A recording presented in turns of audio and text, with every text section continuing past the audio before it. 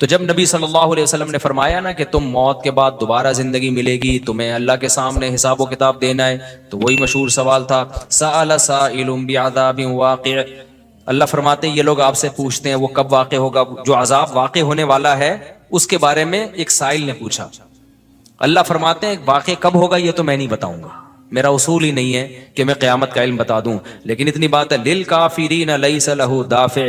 جو بھی اللہ کا منکر ہے، اللہ کو نہیں مانتا، اللہ کے حکام کو فالو نہیں کرتا، جب وہ عذاب آئے گا تو دنیا کی کوئی طاقت اس عذاب سے ان کو بچا نہیں سکے گی. تعرج الملائکۃ والروح الیہ فی یوم کان مقدارہ 50,000 سنہ. 50,000 سال کا ایک دن ہوگا. کہیں 1,000 سال اللہ نے ذکر کیا میدان حشر کے بارے میں، کہیں 50,000 سال. تو علماء نے بیان کیا یہ لوگوں کے حالات کے حساب سے ہوگا. یہ ٹائم کے جو یونٹ ہے نا یہ ہر ایک کے حق میں مختلف ہوتے ہیں. دیکھو جب ہم پیدا ہوئے تو ہم کائنات کو بننے کے اربوں سال کے بعد پیدا ہوئے ہوں گے نا، تو کیا ہمیں انتظار کرنا پڑا؟ بولو نا کیا ہو گیا؟ اگر ہمیں اللہ انتظار کرواتا ابھی تم عالم ارواح میں ہو 1 ارب سال کے بعد تمہارا نمبر آئے گا، تو میں تو بوریت سے مر چکا ہوتا. کیا خیال ہے بھائی؟ جہاں فلائٹ 1 گھنٹہ لیٹ ہو جائے انتظار میں آدمی ٹینشن میں چلا جاتا ہے. لیکن ہم تو جب آئے تو ہمیں تو لگا کہ کائنات کی ابتدا آج سے ہو رہی ہے جب ہم نے ہوش سنبھالا. کیونکہ ہمارے وہ یونٹ جو تھے نا، جو وقت کی اکائیاں ہیں، وہ ہمارے حق میں اسٹارٹ ہی نہیں ہوئی تھی.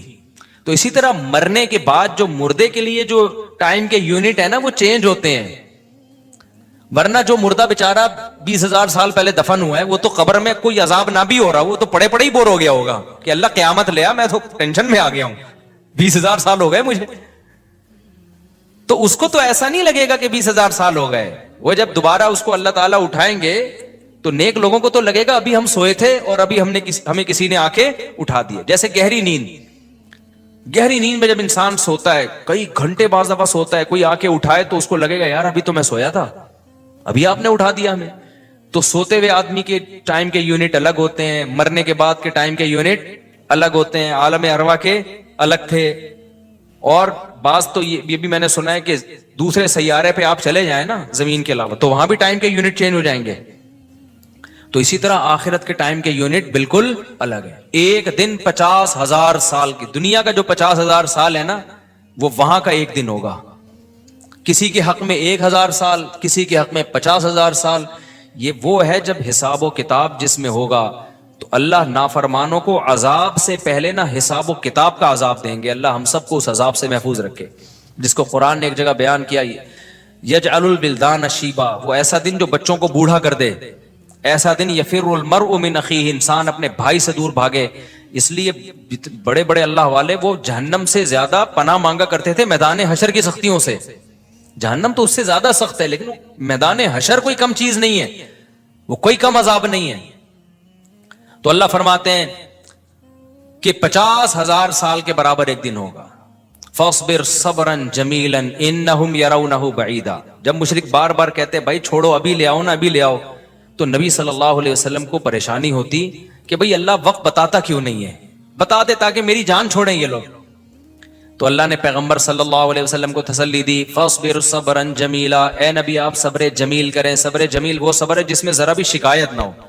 انہم یرونہ بعیدا، اے نبی یہ لوگ سمجھتے ہیں اس کے آنے میں بہت ٹائم ہے، لاکھوں کروڑوں سال ہیں. ونراہ قریبا، جبکہ ہم دیکھ رہے ہیں بس آنے والی ہے. کیوں؟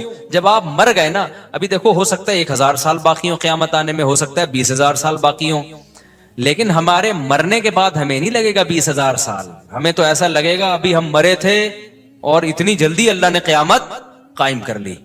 تو ہمیں تو اپنی موت کے حساب سے چلنا ہے بھائی. ہمیں کیا پتا کہ ہمیں کیا کرنا ہے اس سے کہ 50,000 سال بعد قیامت آئے یا 1 کروڑ سال بعد آئے. جب ہم مر گئے تو ہماری قیامت واقع ہو گئی ہے، ٹائم کے یونٹ ہمارے حق میں چینج ہو جائیں گے. تو اس لیے اللہ کہتے ہیں انہم یرونہ بعیدا، اے نبی یہ سمجھتے ہیں بہت بعد میں آئے گی قیامت. ونراہ قریبا، ہم تو دیکھ رہے ہیں کب ہے، بالکل قریب ہے، وہ زیادہ ٹائم نہیں ہے. یوم تکون السماء کالمہل، اللہ فرماتے ہیں جس دن آسمان تیل کی تلچھٹ کی طرح ہو جائے گا، ایسے پگھل جائے گا آسمان.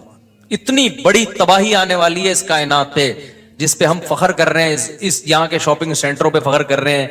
میں بھی ایک پروگرام میں گیا نا اسلام آباد میں بڑا زبردست پروگرام تھا, بڑے بڑے تاجر آئے ہوئے تھے, تھوڑا سا موٹیویٹ کرنا تھا لوگوں کو تاکہ پیسہ کمائیں. تو یہ تو اچھی بات ہے, اسلام تو آپ کو بزنس کا پیسہ کمانے کا حکم دیتا ہے تاکہ ہم بھکاری پن سے نکلیں.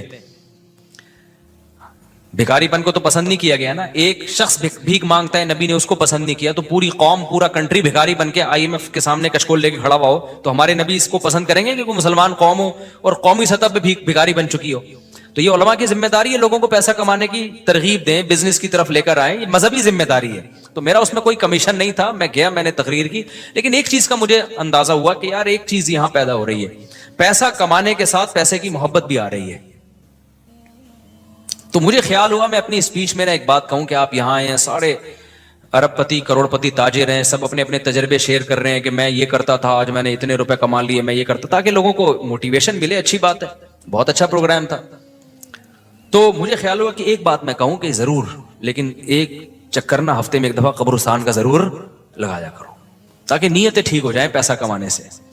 ایسا نہ ہو یہ پیسہ قارون بنا دے آپ کو. تو ایک دفعہ ایسا کیا کرو, جیسے یہ پروگرام ہو رہا ہے بڑا زبردست, لوگ آ رہے ہیں, ایوارڈ مل رہے ہیں, اور تو یہاں سے نکل کے, لیکن میں نے کہا نہیں, میں نے کہا یہ ان کے مینٹل لیول سے نا اوپر کیجیے, ہر چیز ہر جگہ کہنے کی نہیں ہوتی. یہ کہیں گے مفتی صاحب رنگ میں بھنگ ڈال کے چلے گئے. اچھا بلا ہم دیکھ رہے تھے اتنے کروڑ پتی لوگوں کو سن کے, ہمیں بھی خواب آ رہے تھے کل ہمارے پاس لینڈ کروزر ہوگی, 4 شادیاں ہوں گی, اب پیسہ ہوگا زبردست, یہاں جائیں گے وہاں جائیں گے. یہ مولوی نے آ کے یہاں بھی کیا کر دیا, قبرستان کی باتیں شروع کر دی. تو وہ مناسب نہیں تھا, لیکن دل چاہ رہا تھا کہ میں ان سے کہوں اگلا پروگرام وہ بول دوں گا کہ بہت زبردست پیسہ کمائیں, ایک دفعہ جا کے قبر میں جو آپ سے پہلا کما کے چلے گئے نا پہلے کما کے, یہ یوٹیوبرز تو یہاں آ رہے ہیں اپنا ایکسپیرینس شیئر کر رہے ہیں, میں ایسا کانٹینٹ بناتا ہوں اور میں ایسے محنت کرتا ہوں. اچھی بات ہے, مجھے بڑی خوشی ہو رہی تھی, تھوڑی سی امیدیں ہوئی کہ شاید پاکستان اب شاید اچھی سمت میں جانا شروع ہو جائے.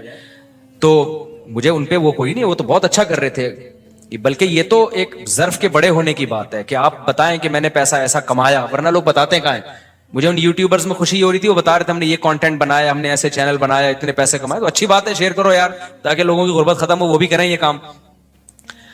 لیکن ساتھ ساتھ ایک بات, یہ پیسہ آپ کو سلیمان علیہ السلام جیسا بھی بنا سکتا ہے, اور قارون اور فرعون جیسا, ابو بکر عثمان جیسا بھی بنا سکتا ہے, اور ابو جہل جیسا بھی بنا سکتا ہے. کیا خیال ہے, یہ سارے پیسے والے لوگ تھے نا. تو آپ پیسہ کما کے سلیمان علیہ السلام جیسے شکر گزار بن جاؤ, عثمان ابن عفان جیسے غنی بن جاؤ, عبد الرحمن بن عوف جیسے بن جاؤ. اس کے لیے ضروری ہے کہ ہفتے میں ایک دفعہ قبرستان کا وزٹ اپنے خرچے پہ کر لیا کریں, اور ایسے ہی نہیں گزرتے ہوئے, وہاں جا کے کھڑے ہو کے قبروں پہ دیکھا کریں کہ میں جتنا بھی بڑا بن جاؤں, میرے یوٹیوب پہ چینل پہ 10 ملین بھی سبسکرائبر آ جائیں, لیٹنا میں نے کہا ہے تھوڑے دنوں میں جا کے بھائی اس قبر کے اندر. لہذا اس پیسے سے میں اس قبر کی تیاری کر لوں تو فائدہ ہے, اور اگر یہ لینڈ کروزر ہی میرا مقصد ہے اور میرا مقصد عیاشی ہی ہے اور شو مارنا ہی ہے, تو بھائی پھر یہ تو قارون نے آپ سے زیادہ کما لیا, ان خزانوں کے ساتھ ہی زمین میں دھسا ہے. وہ سمجھتے ہو کہ نہیں سمجھتے ہو, تو تھوڑا سا کبھی کبھار جب بڑے بڑے پروگراموں میں جایا کرو تو تھوڑا سا قبرستان میں, ہمیں تو اللہ نے سہولت دی ہے, بہت خطرناک قبرستان ہے یہ جو ہے نا, کیونکہ گورنمنٹ نے لائٹیں کہیں بھی نہیں لگائیں, تو یہاں تو 2-4 لائٹیں تھی, چرسیوں نے چوری کر لی. اب اندھیرا ہوتا ہے اس میں, اس سے بڑا فائدہ ہوتا ہے. اور جن بھوت بھی لوگوں کو نظر ہوتے نہیں ہیں جن یہاں پر, لیکن لوگوں کو نظر آ رہے ہوتے ہیں, ڈرے ہوئے جا رہے ہوتے ہیں نا. سرکٹا ایک دن نظر آیا کسی کو, بعد میں پتا چلا وہ کم بخت, وہ نہیں سویٹر نا یہاں تک اس نے کیا ہوا تھا, سر ہی نہیں تھا اس کا, سویٹر یوں کر کے نا قبرستان پہ بیٹھا رہتا تھا, لوگ بھاگ جاتے تھے, بس سرکٹا آیا ہوا یہاں پہ, ٹھیک ہے نا. تو آپ یہ جو ہمیں اللہ نے بڑی سہولت دی ہے, کبھی کبھار ایسا کیا کرو, یہاں چلے جاؤ. رات کے وقت جاؤ گے تو جیسے آپ نے انرجی اپنی خرچ کرنی ہے نا, تو کہتے ہیں ڈاکٹر 1 گھنٹے کی واکنگ سے 15 منٹ کی جاگنگ بہتر ہے. 15 منٹ کی جاگنگ میں اتنی انرجی لگ جائے گی جو 1 گھنٹے کی واکنگ میں نہیں ہوگی. تو دن میں قبرستان 100 دفعہ جانے سے بہتر ہے رات میں 2:30 بجے 1 دفعہ چلے جاؤ. بس رات میں 2:30 بجے 1 دفعہ چلے جاؤ, اور وہاں جا کے بیٹھو. بیٹا آنا کہاں ہے, یہی آنا ہے. اور یہ جو لیٹے ہوئے ہیں نا, یہ سارے غریب نہیں تھے, ٹھیک ہے نا. ان میں بہت سارے کروڑ پتی تھے, ارب پتی تھے, 4 شادیوں والے بھی تھے, 1 والی بھی تھے, اور بچوں والے بھی تھے, بغیر بچوں والے بھی تھے, جوان بھی تھے, بڈھے بھی تھے, 30 سال کے بھی تھے, 15 سال کے بھی تھے, 6 مہینے کے بچے بھی تھے. کیا نظر آ رہے ہوں گے, خبریں جا کے دیکھو. کل ہوس اس طرح سے ترغیب دیتی تھی مجھے. وہ ایک شاعر نے بڑا شعر کہا ہے کہ مجھے ہوس جو ہے نا وہ ترغیب دیتی تھی. ہوس نہیں ہوتی پیسوں کی دولت کی کہ یہ سکندر ہے وہ کہ جو ہے نا, مجھے پورا شعر یاد نہیں, 20 سال ہو گئے سننے ہوئے اس کو.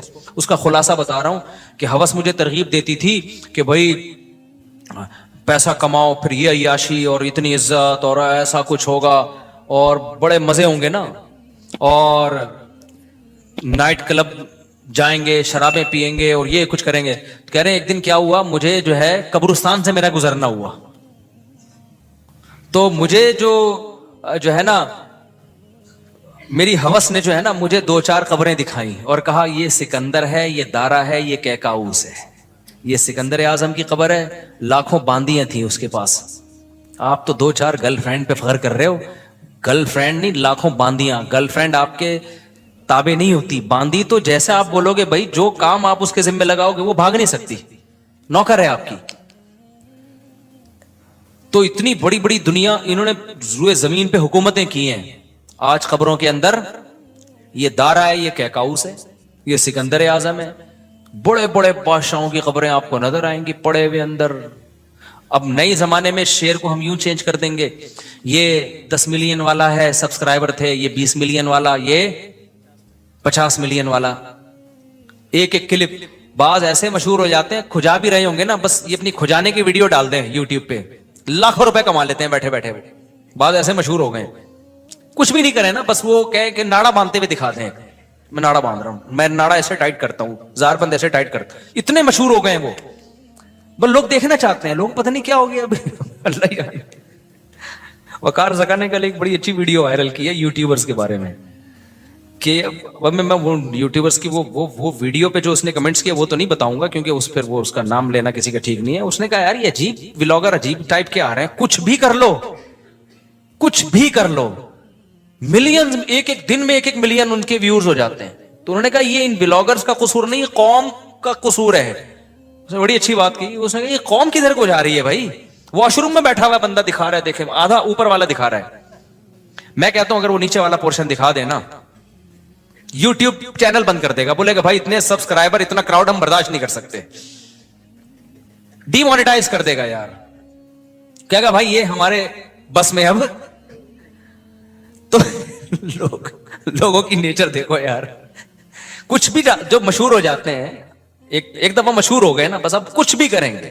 گالی دے رہے ہیں, وہ ویڈیو آ گئی, کھجا رہے ہیں, لوگ دیکھ رہے ہیں کیسے کھجاتے ہیں یہ. تو لوگ عجیب ہیں. بہرحال جو ہو رہا ہے میں تو مارکیٹ میں وہی بتاؤں گا نا آپ کو. تو اب جو سوشل میڈیا سے وابستہ لوگ ہیں جن کے ٹک ٹاک پہ چینل, یوٹیوب پہ چینل, ان کے یہاں کامیابی کیا ہے, 4 ملین ہو گئے, 10 ملین ہو گئے, 50 ملین ہو گئے. تو ایک ویڈیو اتنی محنت سے بناتا ہے, 4 آدمی تجھے ملتے نہیں ہیں, اور میں کھجاتا بھی ہوں نا سر کو, تو اتنے ویورز آ جاتے ہیں. تو کل یہ شعر چینج ہوگا, یہ سکندر ہے, یہ دار ہے قبروں میں نا, تو کہیں گے یہ 10 ملین والا ہے, یہ 20 ملین والا. یہ ناڑا باندھتے ہوئے ایک دفعہ ویڈیو ڈالی تھی اس نے, اور 20 ملین ایسے ہو گئے تھے. تو یہ سب آئے گا مارکیٹ میں.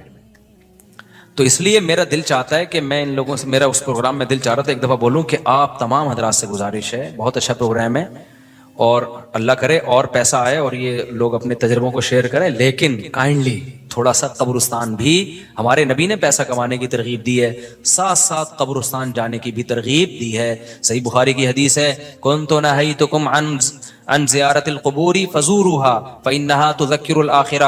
نبی نے فرمایا میں نے تمہیں قبرستان جانے سے منع کیا تھا کیونکہ بدعتیں ہو رہی تھیں, شرک پھیل رہا تھا, لیکن اب توحید قائم ہو گئی ہے, شرک کا خطرہ ختم ہو گیا. فرمایا فزوروها, قبرستان جایا کرو, کیونکہ اس سے آخرت یاد رہتی ہے. انسان کو اپنی اوقات میں رہتا ہے, اپنی اوقات سے باہر نکلنے کی کوشش نہیں کرتا. تو اللہ میاں بھی فرما رہے ہیں تم اس کو بہت دور سمجھ رہے ہو, ہم سمجھ رہے ہیں بہت قریب ہے. اور یہ جتنی رنگینیاں اس کائنات کی نظر آ رہی ہیں نا, یہ سب ٹوٹ پھوٹ کے مٹی ہونے والی ہیں, برابر ہونے والی ہیں. تو یوم تکون السماء کالمہل وتکون الجبال کالعہن. اتنے بڑے بڑے پہاڑ اللہ کہتے ہیں روئی کی گالوں کی طرح اڑیں گے. آپ سبسکرائبر کو لے کے بیٹھے ہوئے, یہ بڑے بڑے پہاڑ جو ہل نہیں سکتے نا, یہ روئی کی گالوں کی طرح اڑ رہے ہوں. وتکون الجبال کالعہن ولا يسأل حمیم حمیما. جگری دوست بھی کسی دوست کو نہیں پوچھے گا. تو اگلے ہفتے انشاءاللہ یہاں سے میں آگے سے شروع کروں گا تاکہ یہ صورت ہماری ختم بھی ہو.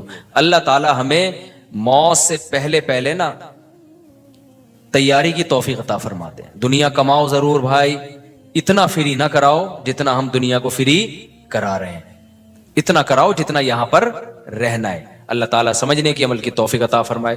سنتوں کے بعد انشاءاللہ نماز کے بعد نا تھوڑی دیر سوال جواب کا سلسلہ ہوگا، جو بیٹھنا چاہیں بیٹھ سکتے ہیں. میری عمر 30 سال ہے. 1 سال پہلے میں نے عمرہ بھی کیا. میں اپنی پوری زندگی میں نماز قرآن کے قریب نہیں ہوا، لیکن گزشتہ 5 ماہ سے میں نے کوئی نماز نہیں چھوڑی. ماشاءاللہ ماشاءاللہ. کیا مجھے لازمی اپنی پچھلی فرض نمازیں ادا کرنی ہوں گی؟ ارسلان صاحب جی ادا کرنی ہوں گی، لیکن ایسا نہ ہو کہ پچھلی کے چکر میں اب اگلی بھی چھوڑنا شروع کر دیں، زیادہ ٹینشن لے لیں. فی الحال آپ اپنے آپ کو اس کا عادی بنا دیں، لیکن 6 مہینے سے تو عادت پڑ گئی ہے آپ کی، 5 ماہ سے ماشاءاللہ نماز نہیں چھوٹی، تو زیادہ ٹینشن نہ لیں اس کی. لیکن یہ کہ شرعی مسئلہ تو چینج نہیں ہو سکتا، تو اس میں فجر کے ساتھ 2 رکعت فرض فجر کے پڑھ لیے، ظہر کے ساتھ 4 پڑھ لیے، عصر کے ساتھ 4 اور پڑھ لیے، مغرب کے ساتھ پچھلی مغرب کے، عشاء کے ساتھ. اور ہمارے نزدیک وطر بھی چونکہ واجب ہیں، نبی صلی اللہ علیہ وسلم کی اس بارے میں صحیح حدیث موجود ہیں، تو وطر کی بھی قضا کرنی چاہیے. تو ایک دن میں کم سے کم 1 دن کی نمازیں پڑھ لیں آپ، تو اللہ نے چاہا تو انشاءاللہ یہ پوری ہو جائیں گی. مفتی صاحب کراچی کا اجتماع 25 جنوری کو ہے اور یہ بات پکی ہے، جمعرات مدنی مسجد میں بھی اعلان ہو چکا ہے. آپ اجتماع میں ضرور آئیں انشاءاللہ. صلو علی الحبیب. میرے بھائی چپل مدرسے میں 3 مہینے، کیا لکھا ہے یار، جیل مدرسہ میں، یہ کدھر ہے جیل مدرسہ؟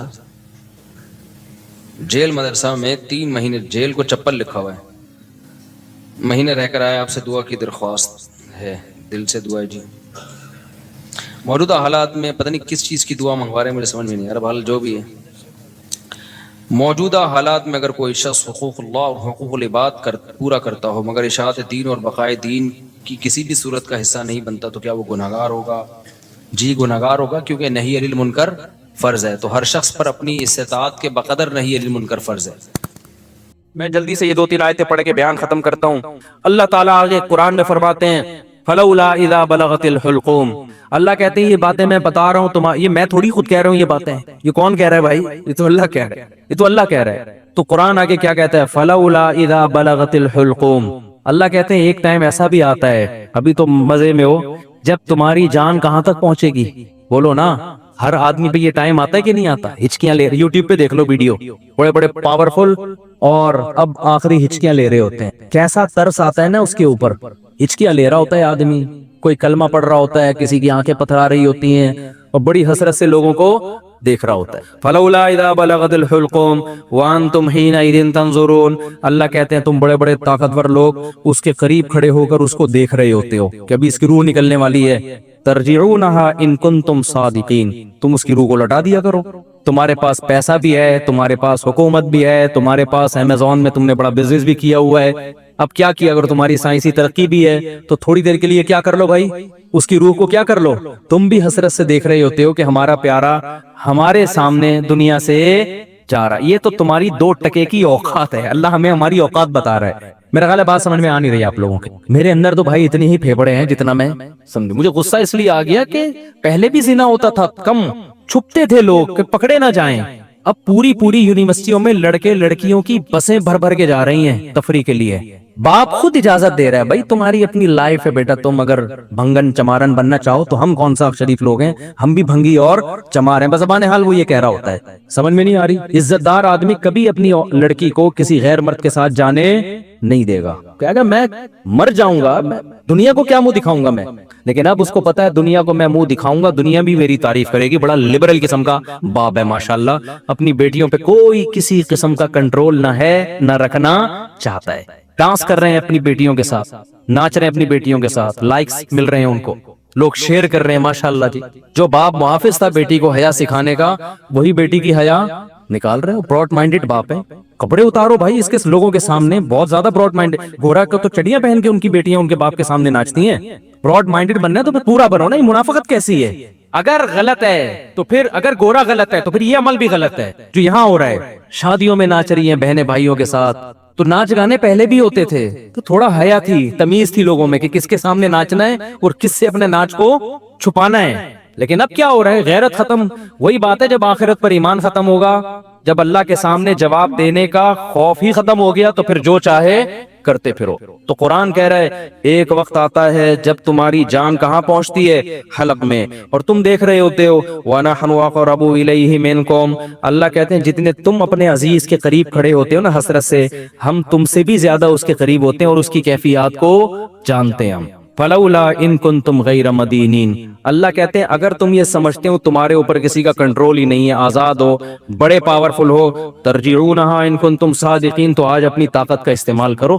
یہ تو تمہارا عزیز ہے, تمہارا معشوق ہے, اس کی جدائی تو تم برداشت کر نہیں سکتے, اس کو مرنے سے روک لو. پھر سارے ڈاکٹر عاجز آ جاتے ہیں کہ نہیں آ جاتے؟ سارے ڈاکٹر کیا کہہ دیتے ہیں, بھائی ہمارے بس میں نہیں. میں آغا خان میں تھا, اچانک چیخوں کی آواز آئی نا, اچانک عورتیں مردوں کی چیخوں کی آواز آئی. میں ایک دم ڈر گیا, کیا ہوا؟ پتا چلا جی ان کے والد صاحب ان کی ڈیتھ ہوئی. آئے تھے تھوڑی دیر پہلے بالکل ٹھیک ٹھاک تھے بستر پہ, اچانک کوئی ہارٹ اٹیک ہوا یا برین ہیمریج جو کیا ہوا بہرحال. تو وہ ان کو توقع نہیں تھی کہ ہمارا باپ ایسے بھی جا سکتا ہے. تو بچیاں بھی رو رہی ہیں. میں نے کہا یار یہ دیکھو, یہ میں نے ایسے موت کے بہت سارے واقعات دیکھے, گلی میں گزر رہے چیخو پکار کی آواز آئی, کیا ہوا بھائی؟ پتا چلا جی ڈیتھ ہو گئی.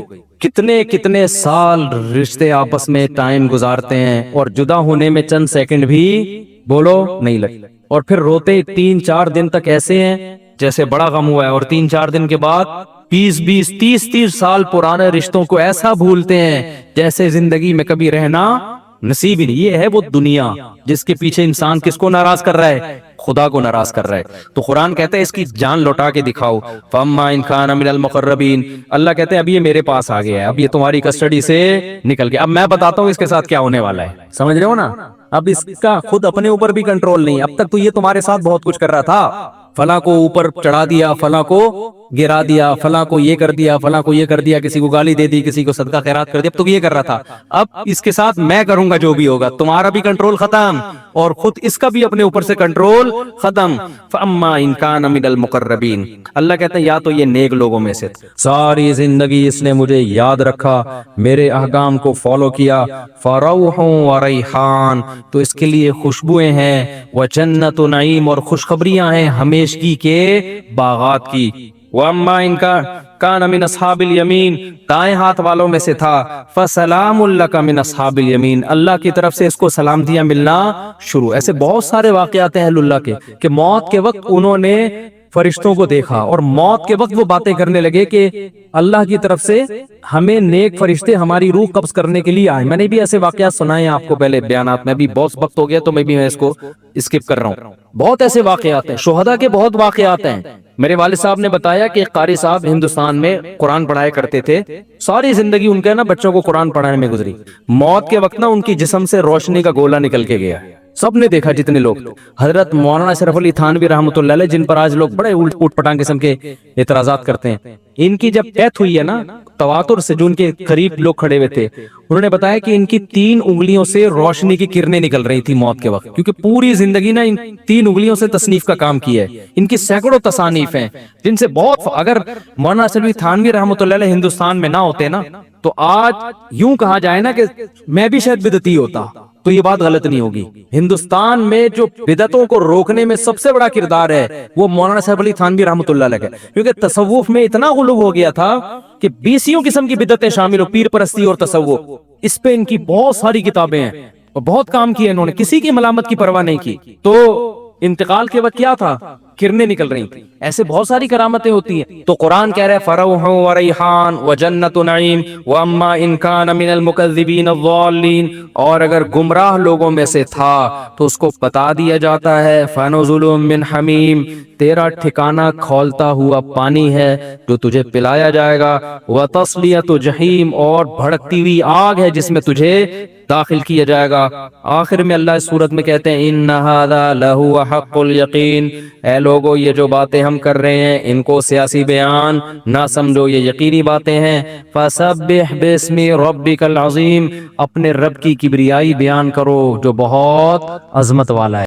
تین طرح کے طبقات ہیں، کچھ تو بالکل غیر مسلم ہیں، ان میں اگر بیان ہو تو وہ تو بالکل ہی الگ ہوگا، ان کو تو ہم اسلام کی حقانیت سمجھائیں گے۔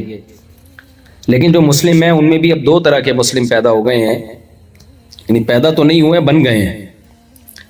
ایک جن کو اسلام پہ اطمینان ہے لیکن عمل نہیں ہو پا رہا ان سے، دوسرے وہ لوگ ہیں جن کو اسلام کے بارے میں اب شکوک و شبہات پیدا ہو گئے ہیں، یقین نہیں ہے، اطمینان نہیں ہے، جس کی وجہ سے ان کی زندگیوں میں اب اسلام پہ مضبوطی سے عمل نہیں ہو رہا۔ اچھا، جو اسلام پہ مضبوطی سے عمل کرنے والے لوگ ہیں ان کو بھی اب بہت ساری چیزوں میں کنفیوژن پیدا ہو گئی ہے کہ پتہ نہیں یہ اسلام کا آرڈر ہے بھی یا نہیں ہے۔ ان تمام موضوعات پہ میں بہت دفعہ بات کر چکا ہوں، آج جو میں چند باتیں آپ کے سامنے کروں گا وہ یہ ہے کہ اگر آپ کو اسلام کے برحق ہونے کا یقین ہے، قرآن کے برحق ہونے کا یقین ہے، محمد صلی اللہ علیہ وسلم کے برحق ہونے کا یقین ہے، تو اسلام کی بیسک تعلیمات ہیں کیا؟ تو وہ نمبر لگا کے وہ بس آپ کی خدمت میں پیش کروں گا اور پھر پتلی گلی سے نکل جاؤں گا انشاءاللہ۔ کینیڈا میں تو چوڑی گلیاں ہی ہیں، کوئی پتلی گلی نظر نہیں آ رہی، لیکن بہرحال دیکھیں اسلام کے جو بنیادی احکام ہیں، جب بھی کوئی غیر مسلم اسلام قبول کرتا ہے تو چند بنیادی احکام نبی صلی اللہ علیہ وسلم نے اس کو بتائے ہیں، تو ہم سب کو فوکس کرنے ہیں، اس میں کسی کا کوئی اختلاف نہیں ہے، کیونکہ ہر مسئلے میں آج ایک اختلاف بھی ڈال دیا گیا ہے۔ آپ جب یوٹیوب پہ جائیں گے ایک اسکالر کیا کہہ رہا ہے، دوسرا اسکالر کیا کہہ رہا ہے، تیسرا اسکالر کیا کہہ رہا ہے، چھوڑ دیں اس کو، چلے گا۔ آپ کے دھوپ پڑی تھی آنکھوں میں؟ اچھا چلے، مرضی ہے، جب آپ تھک جائیں تو ہٹا دیں، مجھے ویسے دھوپ سے کوئی ٹینشن نہیں ہو رہی، آپ کو ہو سکتی ہے ٹینشن دھوپ سے، سوری ناراض نہ ہو۔ اچھا خیر، تو بیسک تعلیمات تو عزم کریں ہم سب نے ان تعلیمات کو فالو کرنا ہے۔ سب سے پہلے اسلام کا آغاز کس سے ہوتا ہے؟ عقیدہ توحید سے۔ اسلام کی بیس کیا ہے؟ توحید۔ توحید کسے کہتے ہیں اس کو سمجھنے کی ضرورت ہے۔ دیکھیں یہود و نصارہ کی بنیاد بھی توحید تھی، قرآن سے ہمیں پتہ چلتا ہے، تورات سے پتہ چلتا ہے، انجیل سے پتہ چلتا ہے، تمام آسمانی کتابوں سے کہ تمام پیغمبروں نے ہمیں دعوت ایک خدا کی دی ہے۔ تمام آسمانی مذاہب میں there is no God except Allah, sentence آپ نے کمپلیٹ کرنا ہے، جب میں اس کو انکمپلیٹ چھوڑوں گا تو وہ کمپلیٹ آپ نے کرنا ہے۔ ہم جب اسکول میں جاتے تھے ایگزام دینے کے لیے فل ان دا بلینکس ہوتا تھا، اس پہ نمبر ملتے تھے، تو آپ بھی جب بلینک کو فل کریں گے تو میں آپ کو نمبر دوں گا، مطلب دماغ میں نمبر دوں گا کہ آپ پوری توجہ کے ساتھ میری باتوں کو سن رہے ہیں۔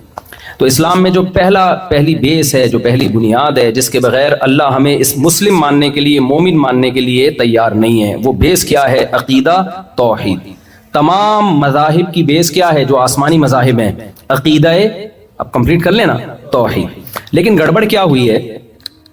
دیکھیں انسان کی ہمیشہ سے عادت رہی ہے کہ کچھ باتیں ایسی ہوتی ہیں جو مشترکہ ہوتی ہیں، اس پہ کوئی کمپرومائز نہیں ہوتا، لیکن جب انسان خواہشات نفسانیہ کا غلام بنتا ہے، یہاں میں کوشش کروں گا بہت ہلکی اردو استعمال کروں، خواہشات نفسانیہ کا غلام تھوڑی گاڑی ہو گئی ہے، تو اچھا وہ تو آپ تو سمجھتے ہیں نا، سارے نہیں سمجھتے، جو ینگ بیٹھے ہیں وہ کہتے ہیں یہ پتہ نہیں خدودان معدہ میں حالت خانہ جنگی، کیا مطلب ہے اس کا؟ تو جب انسان اپنی خواہشات کے پیچھے بھاگتا ہے، دل کی چاہتوں کے پیچھے بھاگتا ہے، تو وہ کیا کرتا ہے کہ بہت سی چیزوں کی ڈیفینیشن کو چینج کر دیتا ہے۔ پھر وہ مثال کے طور پر آپ اگر شراب پینا چاہتے ہو، سب کو پتا ہے بری چیز ہے، تو آپ اس کو تھوڑا سا لیبل کیا لگا دو گے؟ چینج کر دو گے اس کو، آپ کہو گے کہ یہ شراب نہیں ہے۔ جیسے حدیث میں آتا ہے کہ قرب قیامت میں لوگ شراب کا نام تبدیل کر دیں گے اور دبا کے پینا پلانا شروع کر دیں گے، نام چینج کر دیں گے۔ چرس کو آپ اینٹی ڈپریشن، چرس تو لوگ یہاں سمجھتے نہیں، لیکن جو انڈیا پاکستان سے ہونے والے ہیں وہ سمجھتے ہوں گے چرس کسے کہتے ہیں، تو اینٹی ڈپریشن نام دے دو گے آپ اس کا۔ تو اسی طرح خوب اچھی طرح سمجھیں کہ لوگوں نے کیا کیا کہ بہت سے جب مذہبی اسکالر نے جب دیکھا کہ عقیدہ توحید جو قرآن و سنت نے یا تورات اور انجیل نے بیان کیا ہے، اس توحید کے لفظ سے تو لوگوں کو محبت ہے، توحید کے لفظ سے لوگ دستبردار ہونے کے لیے تیار نہیں ہیں، لیکن آپ کو پتہ ہے مارکیٹ میں پرانی چیزیں نہیں چلتی، مارکیٹ میں ہمیشہ کیا چلتی ہے؟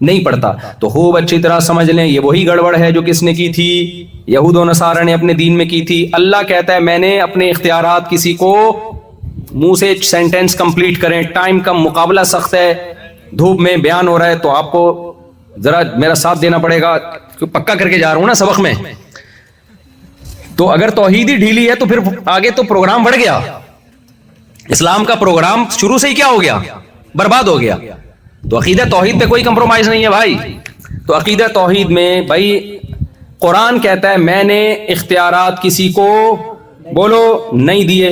مشرکین جو بتوں کے بارے میں عقیدہ تھا نا, ہم جب مشرک سے پوچھتے ہیں کہ یار ان پتھروں کے بنے ہوئے بتوں کو تم خود اپنے ہاتھوں سے بناتے ہو تو یہ تمہاری بگڑی کیسے بنائیں گے, یہ تمہاری حاجتوں کو کیسے پورا کریں گے؟ تو وہ جواب میں کیا کہتے ہیں, اتنی سینس تو ان میں بھی ہے کہ یہ کیا کر سکتے ہیں. وہ کہتے ہیں یہ خود نہیں کرتے, ان کو اختیارات کس نے دیے ہیں؟ اللہ نے دیے ہیں. اصل تو بھگوان وہ ہے جو آسمانوں پہ ہے, اصل تو وہی ہے, لیکن اس نے ان کو اختیارات دیے. اللہ کہتے ہیں میں نے کسی کو اختیارات نہیں دیے. اس شرک کی قرآن میں نفی ہے. ٹائم چونکہ کم ہے تو میں وہ آیتیں پڑھ کے سناتا کہ قرآن نے جو نفی کی ہے نا اسی شرک کی ہے, کیونکہ دو خداؤں کے مشرکین بھی قائل نہیں تھے. مشرکین کب کہتے تھے کریٹر دو ہیں؟ وہ کہتے بھائی ایک کریٹر ہے. وَلَا إِن سَأَلْتَهُمْ مَنْ خَلَقَ السَّمَاوَاتِ وَالْأَرْضَ لَيَقُولُنَّ اللَّهُ. قرآن کہتا ہے جب ان سے پوچھا جاتا ہے خالق کون ہے, وہ سب بیک زبان ہو کے کہتے تھے کون ہے؟ اللہ. ہندو بھی کہے گا کون ہے؟ اللہ. سکھ بھی کہے گا کون ہے بھائی؟ اللہ. عیسائی بھی کہے گا کون ہے؟ اللہ. وہ نام انہوں نے چینج کر کے رکھے ہوئے, لیکن کریٹر ایک ہی مانتے ہیں سب. تو کریٹر کو ایک ماننے سے آپ توحید پرست نہیں بن جاتے. آپ کو یہ ماننا پڑے گا کہ میرے سارے مسائل کا حل صرف اور صرف اور صرف کس کے پاس ہے؟ اللہ کے پاس ہے. یہاں جلدی جلدی سپیڈ میں ہوں چونکہ میں ایک اور اشکال, بعض حضرات پھر اس پہ ایک اشکال اٹھاتے ہیں بھائی کہ اگر اللہ کے علاوہ کسی سے مدد مانگنا حرام ہے تو پولیس سے کیوں مدد مانگتے ہو؟ اب دیکھو سیکیورٹی گارڈ ہے نا, مدد لے رہے ہیں ہم ان سے, بھائی دائیں بائیں ایسا کوئی ایسی حرکت کرنے کی کوشش نہ کرے جو کینیڈا میں آپ کے وقار کے خلاف. تو سیکیورٹی گارڈ ہو گئے نا, مدد طلب کی نا ہم نے سیکیورٹی گارڈ سے. بھائی ہم جب سیلاب میں ڈوب رہے ہوتے ہیں پولیس سے مدد طلب کرتے ہیں, غوطہ خوروں سے مدد طلب کرتے ہیں, بیمار ہوتے ہیں ڈاکٹروں سے مدد طلب کرتے ہیں. تو جب ڈاکٹر آپ کی مدد کر سکتا ہے تو پیغمبر کیوں نہیں کر سکتے؟ اور جو ہے وہ قبر میں بابا کیوں نہیں کر سکتے؟ تو خوب سمجھ لیں there are two types of help. مدد کی کتنی قسمیں ہیں؟ دو. ایک مدد وہ ہوتی ہے جو اسباب سے ہٹ کے ہوتی ہے, جس کی کوئی لاجک نہیں ہوتی. ایک مدد وہ ہوتی ہے جو اسباب کے تحت ہوتی ہے. سمجھ رہے ہیں کہ نہیں سمجھ رہے؟ جس کی کوئی سائنٹیفک لاجک ہوتی ہے. مثال کے طور پر میں آپ سے کہتا ہوں پانی میں ڈوب رہا ہوں, میں کہتا ہوں میری مدد کرو, مطلب کیا ہوتا ہے؟ ہاتھ آگے بڑھاؤ, میں بھی کیا کروں گا. ایک آدمی نا ریونڈ میں وہیں گٹر میں گر گیا, وہ نہیں گٹر, ایک سچا واقعہ یہ. ریونڈ میں وہ باہر نکلا تو اب کیا کرو, چٹکلا بہت زور سے آتا ہے تو پھر نکالنا پڑتا ہے. وہ رائیونڈ میں وہ آدمی گٹر کے میں پانی میں گر گیا. تو جو اس کے ساتھی تھے نا, بڑا گاؤں کا دیہاتی سیدھا سادہ آدمی تھا, کہتے ہیں ہم نے ہاتھ دے کے اس کو گٹر سے باہر نکالا تو اس ہاتھ چھوڑ کے دوبارہ گر گیا. ہم نے کہا کیا ہوا؟ کہہ رہے چپل رہ گئی اندر, میری چپل اندر رہ گئی. تو اب دیکھو اس نے ہاتھ دیا مدد کے لیے اور سامنے والے نے ہاتھ پکڑ کے باہر نکالا. یہ مدد اسباب کے تحت ہے, یہ اسباب سے ہٹ کے نہیں ہے. عیسیٰ علیہ الصلوۃ والسلام حضرت مریم کے بطن سے پیدا ہوئے بغیر باپ کے, سائنٹیفکلی ممکن ہے یہ نہیں. یہ جو کام ہے یہ کون کر سکتا ہے؟ اللہ. تو اسباب سے ہٹ کے جو پکارا جائے گا وہ کس کو پکارا جائے گا؟ اللہ کو. اور جو ہم اسباب کے تحت پکارتے ہیں, مدد لیتے ہیں, وہ جس کی کوئی لاجک ہوتی ہے, وہ مدد وہ والی مدد نہیں ہے جو شرک کے زمرے میں آتی ہے. یہ کلیئر ہو گیا؟ کیونکہ اسپیڈ تھوڑی فارورڈ کا بٹن میں نے دبایا ہوا ہے نا اپنا, تو اس لیے جلدی میں چاہ رہا ہوں کہ پوری بات آ جائے آپ کے سامنے. بعض لوگ اس پہ بھی اشکال کرتے ہیں کہ بھائی فرشتے بھی تو کام کرتے ہیں. تم کہتے ہو بھائی اللہ تعالیٰ نے اختیارات نہیں دیے, تو فرشتوں کو بھی تو بہت سارے اختیار دیے ہیں. موت دینے کا اختیار کس کے پاس ہے؟ وہ جو فرشتہ آتا ہے نا موت کا, جب وہ آتا ہے آدمی پوچھتا ہے بھائی کس سلسلے میں حاضر ہوئے, تو بتاتا ہے آپ کی موت لینے کے سلسلے میں حاضر ہوا ہوں میں. تو وہ بھی تو موت کا فرشتہ ہے. وہ بھی جب وہ موت اور زندگی اس کے ہاتھ میں ہے تو پیغمبروں کے ہاتھ میں بھی موت اور زندگی کیوں نہیں ہے؟ تو اس کا جواب خوب سمجھیں. کسی سے کام لینا الگ بات ہے, کسی کو کسی کام کا اختیار دے دینا الگ بات. دیکھو میں اگر پین سے لکھتا ہوں کوئی تحریر تو قلم سے میں کام لے رہا ہوں, لکھنے کا رائٹ اور اختیار قلم کے پاس نہیں ہے. تبھی آپ کچھ لکھواؤ گے تو مجھے کہو گے, قلم کو تھوڑی کہو گے. آپ نے کہا کہ بھائی اس دن مفتی صاحب پین سے کچھ لکھ رہے تھے, تو یہ پین بڑا زبردست لکھتا ہے بھائی، مفتی صاحب نے آئی لو یو لکھ کے دیا تھا اس میں. تو آپ گئے پین کے پاس، یار تم نے اس دن آئی لو یو لکھا تھا، یا اپنی ہونے والی کے پاس گئے، اس شروع میں وہ جب آئی لو یو بولتی بہت اچھا لگتا ہے، جب ہو جاتی ہے اس کے بعد پھر اگر اچھا لگے تو پھر یہ سچی مچی کا ہوتا ہے. تو آپ نے کہا یار دوبارہ یہ لکھ، تو قلم کیا کہے گا، بھائی یہ میرے لیے پاسبل نہیں ہے. آپ کو یار اس دن تو نے لکھا تھا. بھائی لکھا میں نے نہیں تھا، کاتب جو رائٹر ہے اس نے لکھا تھا، لکھنے کا کام مجھ سے لیا تھا، لہذا پکارا رائٹر کو جائے گا، قلم کو پین کو نہیں پکارا جائے گا. سمجھتے ہو کہ نہیں سمجھتے؟ تو اللہ فرشتوں سے بعض دفعہ کام لے لیتے ہیں، اور خضر علیہ السلام سے بھی اللہ نے کچھ کام لے لیے، لیکن کام لینا الگ چیز ہے، اختیارات کس کے پاس ہیں؟ اللہ کے پاس. لہذا عزم کرو کبھی بھی اللہ کے سوا اپنی دعاؤں میں حاجتوں میں کسی کو کبھی بھی ہم نہیں پکاریں گے. اچھا ایک چیز شرک تو نہیں ہے لیکن شرک کی طرف لے کے جاتی ہے. کوئی بھی کام جو آپ illogical کرتے ہو نا وہم اور توہمات کی بیس پہ، کیونکہ شرک بھی ایک وہم ہے نا. بھائی پتھر کا بت بنا دیا آپ نے، فرض کر لیا کہ اللہ نے اس کو اختیار، کہاں سے فرض کر لیا بھائی؟ اس کی دلیل کیا ہے آپ کے پاس؟ ہو سکتا ہے میں بھی، سمجھ رہے ہیں؟ تو فرضی دنیا میں سے اسلام ہمیں کیا کرتا ہے؟ پورا اشارہ کر کے بتا رہا ہوں کیا کرتا ہے، پھر بھی نہیں کرتا، نکالتا ہے نا باہر فرضی دنیا سے اسلام ہمیں. تو یہ جو جن چڑیل بھوت ٹونے ٹوٹکے فلانے نے کچھ کر دیا اور اس کے لیے پھر آپ عاملوں کے پاس جا کے علاج کر رہے ہو، یہ منجن بھی صرف مذہبی لوگوں کا ہے. آپ کو انگریزوں میں یہاں کینیڈا پہ کوئی جن چڑیل بھوت کبھی بھی نظر، میں جنات کے وجود کا قائل ہوں، ایسا نہ ہو کہ آپ میری طرف نسبت کر دیں، لیکن یہ جن چڑیل بھوت نہ جاپانیوں پہ کبھی آئیں گے، نہ کسی گورے پہ، نہ کسی گوری پہ. تو یہاں ہماری مسلم خواتین بیٹھی ہوئی ہیں، یہ جہاں مذہب ہوگا نا، مذہب کا غلط استعمال کیا جاتا ہے. اسے روحانی عامل ہیں جن بھگانے کے لیے، چڑیلیں بھگانے کے لیے، یہ چیزیں اب ان ملکوں میں بھی بہت تیزی سے پھیل رہی ہیں، انگریزوں میں نہیں تھی. آپ کسی روحانی عامل کو لے آؤ، جن اتارنے والا، کسی گورے پہ جن آیا تو میرا نام بدل دینا. اس لیے اپنے آپ کو، اپنی نسلوں کو، اپنے بچوں کو، اپنی خواتین کو یہ روحانی عامل، تعویذ گنڈوں والے، ان سے آپ لوگوں نے اپنے آپ کو کیا کرنا ہے؟ دور رکھنا ہے. کبھی بھی ان کو جن آ بھی جائے نا تو بھی نہیں ان کے پاس جانا. آیت الکرسی پڑھ کے دم کرے، بھاگ جائے ٹھیک ہے، نہیں بھاگے اور بیگم پہ آ جائے تو خود ہی بھگتے گا. وہ بیگم پہ جن آ جائے نا تو خود ہی بھگتے گا وہ، ٹھیک ہے نا؟ تو وہ خود ہی بھاگ جائے گا انشاءاللہ تھوڑے دنوں میں. تو یہ میں مذاق کر رہا ہوں، خواتین بیان سننی پھر وہ غصہ کرتی ہیں ہمارے خلاف بول رہے ہیں، یہ مذاق تھا. اس سے پہلے جو بیان تھا وہ سیریس تھا.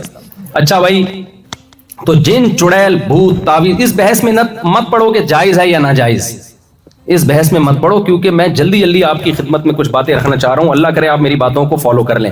کبھی بھی اس چڑیل بھوت کے چکر میں بولو نہیں آنا. زندگی خوشیوں کی گزرے گی، کبھی جن چڑیل بھوت قریب بھی نہیں پھٹکے گا. یہ آتا ہی انہی لوگوں کے پاس ہے جو ان چیزوں پہ یقین کرتے ہیں. ایک آدمی نے مجھے کہا میری آنکھیں ایک دم بیٹھے بیٹھے اندھی ہو گئی تھی، ایک عامل کے پاس گیا، اس نے دم کیا، میری آنکھیں لوٹائیں. میں نے کہا اندھی ہوئی اس لیے تھی کہ جن کو پتا تھا تو اس عامل کے پاس جائے گا، تو اس نے کچھ کر دیا ہوگا یا تیرا وہم ہوگا. جس کو جن کو پتا ہوتا ہے نا یہ کبھی بھی روحانی چکروں میں پڑے گا ہی نہیں، تو جن اس پہ آتے ہی نہیں ہے. یہ میرے پاس کئی واقعات ہیں یہ سمجھانے کے لیے، لیکن ابھی ٹائم بہت کم ہے، اسپیڈ تھوڑی سی ہماری زیادہ ہے.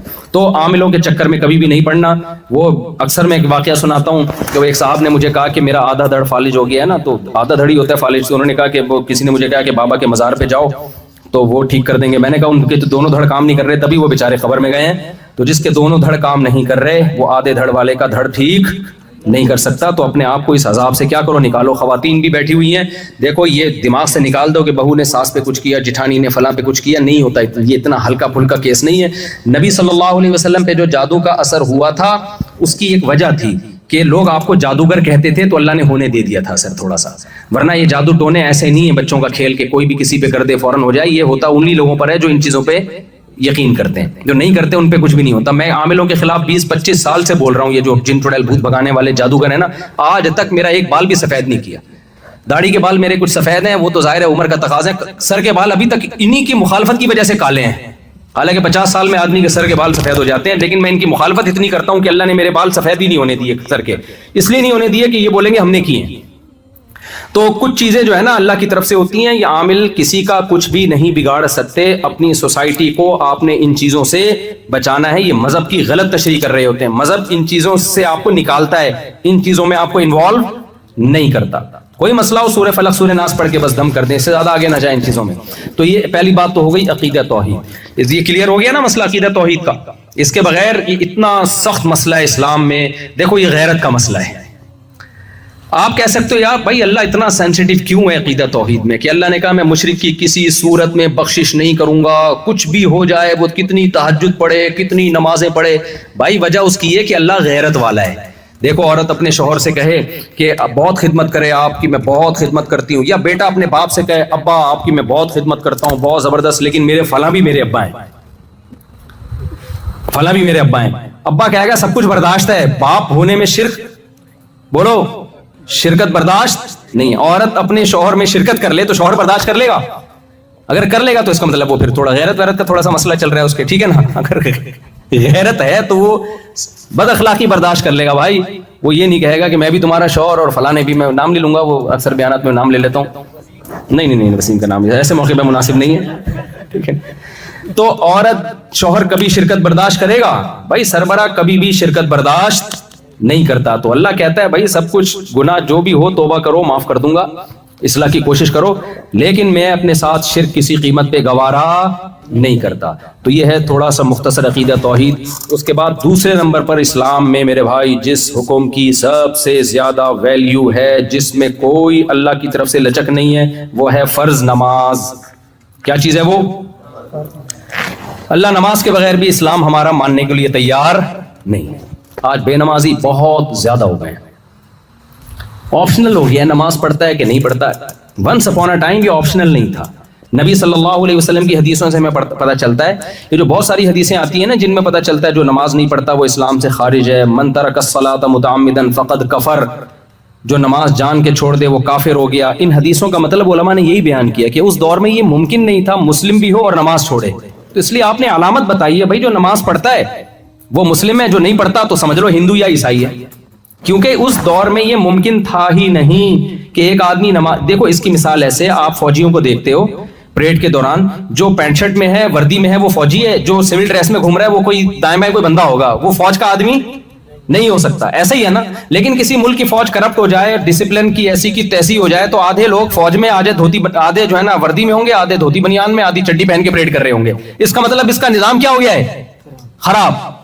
تو بالکل ایسے ہی ہے، نماز مسلم کی وردی ہے. جب بھی نماز کا ٹائم ہوگا مسلمان نماز کی فکر کرے گا. تو اس لیے نبی نے فرمایا جو نہیں پڑھ رہا وہ کافر ہے. مطلب یہ نہیں کہ کافر ہے، مطلب یہ کہ اس دور میں یہ پاسبل ہی نہیں تھا کہ ایک آدمی ایمان کا دعویٰ بھی کرتا ہو اور نماز کے ٹائم پہ نماز نہیں پڑھتا ہو. یہ پاسبل ہی نہیں تھا. اس لیے آپ نے علامت بتائی ہے کہ بھائی سمجھ لینا کہ وہ ہندو یا عیسائی ہوگا، وہ مسلم نہیں ہو سکتا.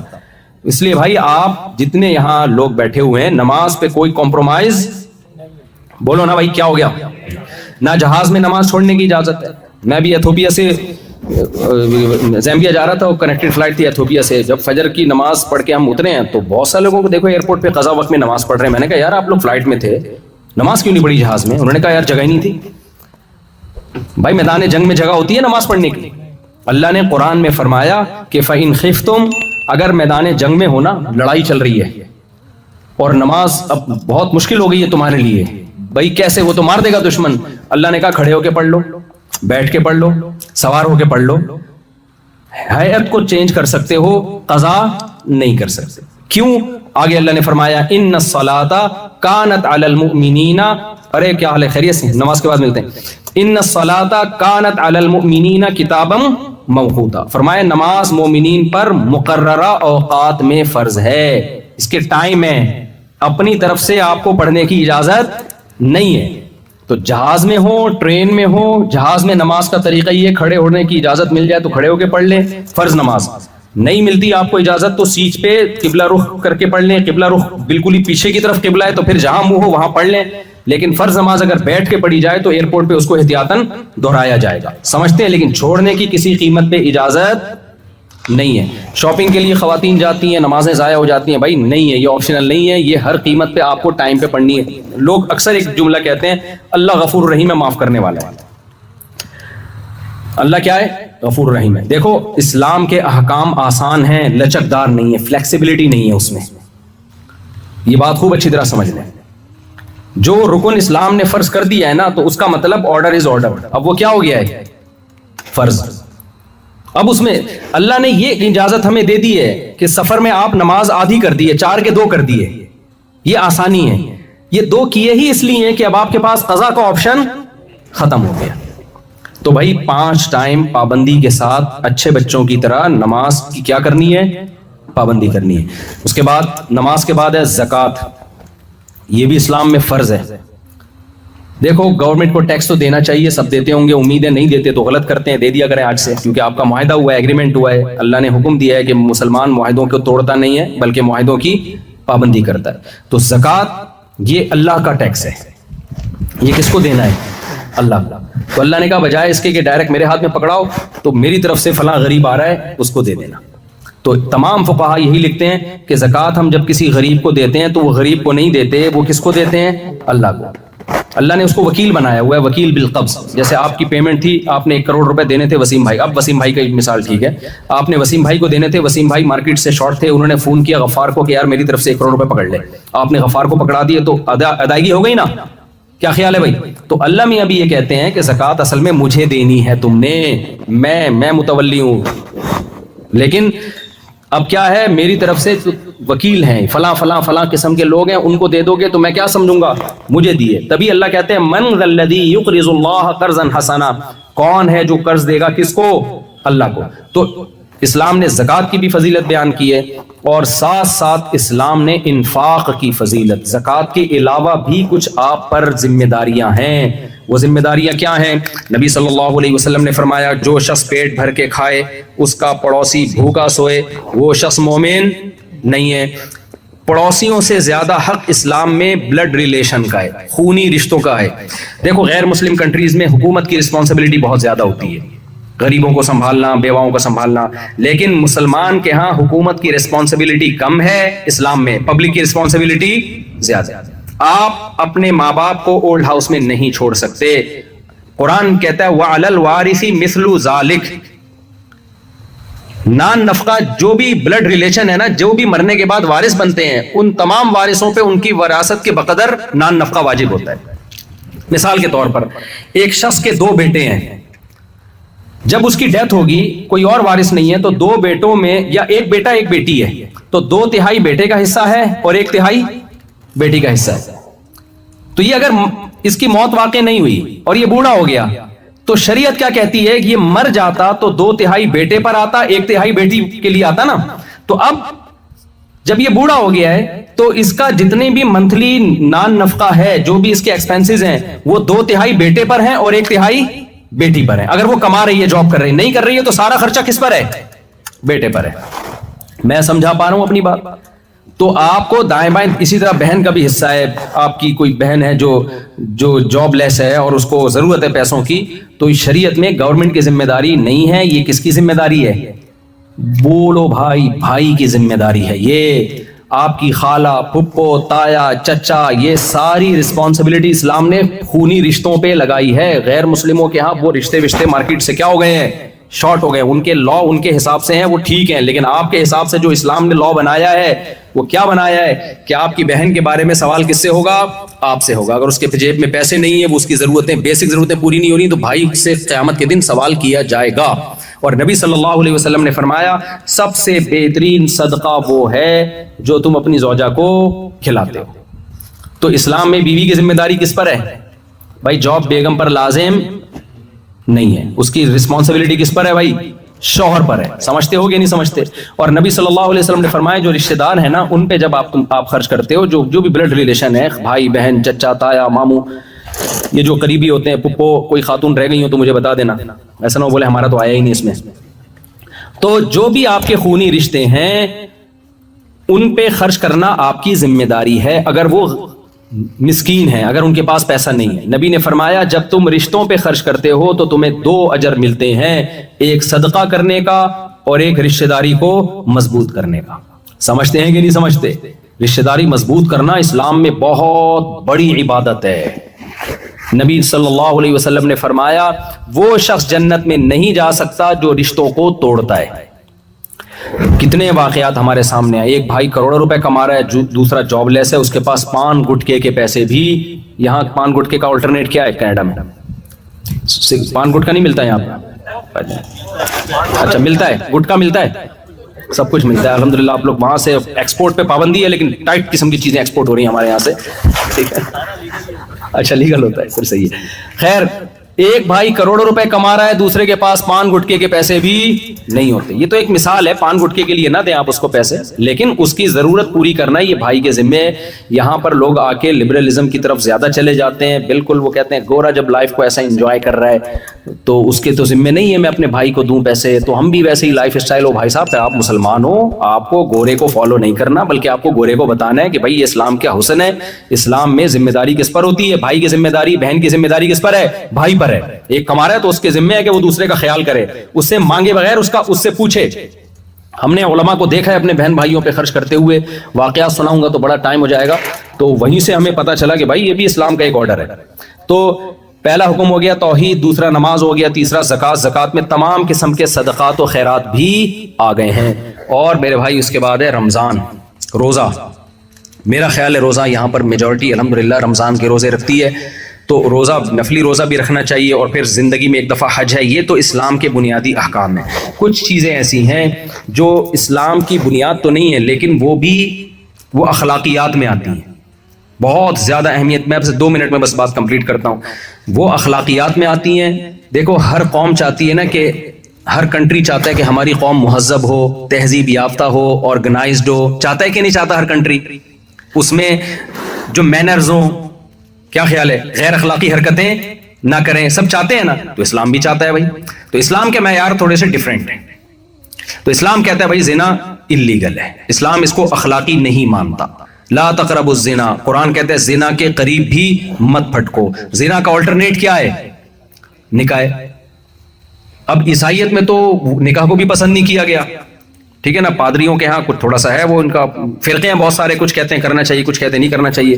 اسلام میں کوئی ایسا فرقہ نہیں ہے جو نکاح کو ڈی موٹیویٹ کرتا ہو, کیونکہ قرآن و سنت میں اس بارے میں بہت واضح رہنمائی موجود ہے.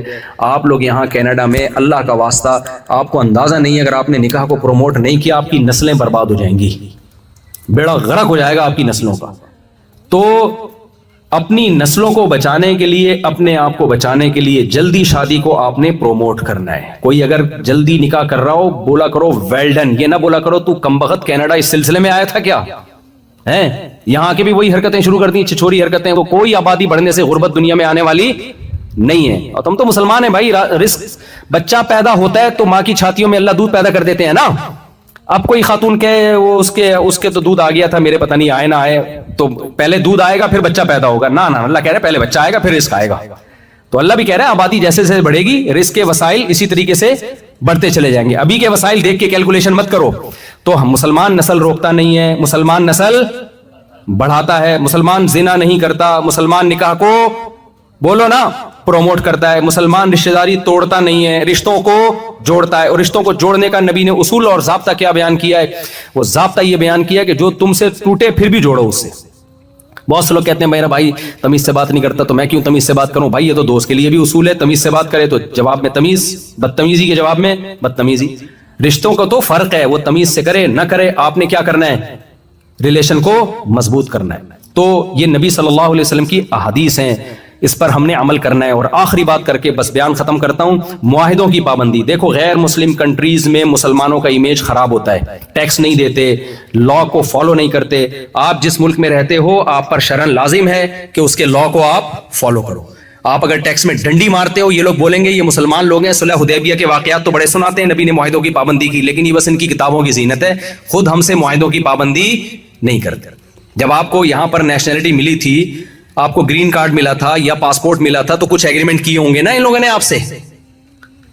میں جب یہاں پر آیا ہوں وزٹنگ ویزے پہ, مجھ سے بھی کچھ ایگریمنٹ کیے. اگر میں اس ایگریمنٹ کی خلاف ورزی شروع کر دوں, یہاں سلپ ہو جاؤں, میں یہاں ان کی پرمیشن کے بغیر کچھ اور شروع کر دوں, تو کیا امیج جائے گا دنیا کے سامنے, یار یہ مولانا ٹوپی پگڑی میں آیا ہے, ویزا کسی اور بیس پہ لیا تھا اور کام اس نے آ کے کوئی اور شروع کر دیا. تو یہ بدنامی کی بات ہے, اس سے اسلام بدنام ہوگا. تو آپ بھی یہاں پر جب رہ رہے ہو, ہم تو آتے ہیں پتلی گلی سے نکل جاتے ہیں, آپ تو مستقل یہاں رہ رہے ہو. اگر آپ اللیگل کام کرو گے میرے بھائی, اس سے آپ بدنام نہیں ہوگے. اس سے کیا بدنام ہوگا؟ اسلام.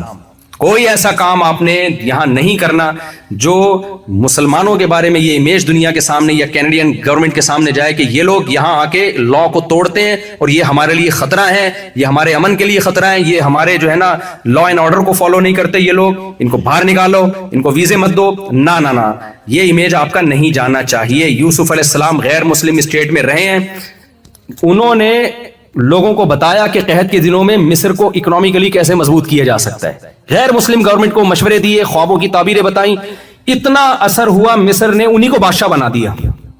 سمجھتے ہیں کہ نہیں سمجھتے؟ بہت سے کام تمیز سے ہو سکتے ہیں۔ تو اس لیے یہاں ٹیکس آپ لوگ دیا کریں اچھے بچوں کی طرح، اور اللیگل کام مت کریں، یہاں پہ لیگل کام کیا کریں، تھوڑا رزق ملے اس میں برکت ہو نا تمیز سے، وہ زیادہ اچھا ہے۔ دائیں بائیں چوروں چکاروں کی طرح ادھر سے ہڑپ ادھر سے ہڑپ، اس طریقے سے رزق زیادہ ملے گا، اس میں برکت نہیں ہوگی۔ جو میں نے کہا سنا، اللہ تعالیٰ مجھے بھی ان باتوں پہ عمل کی توفیق عطا فرمائے اور آپ حضرات کو بھی۔ وما علینا الا البلاغ۔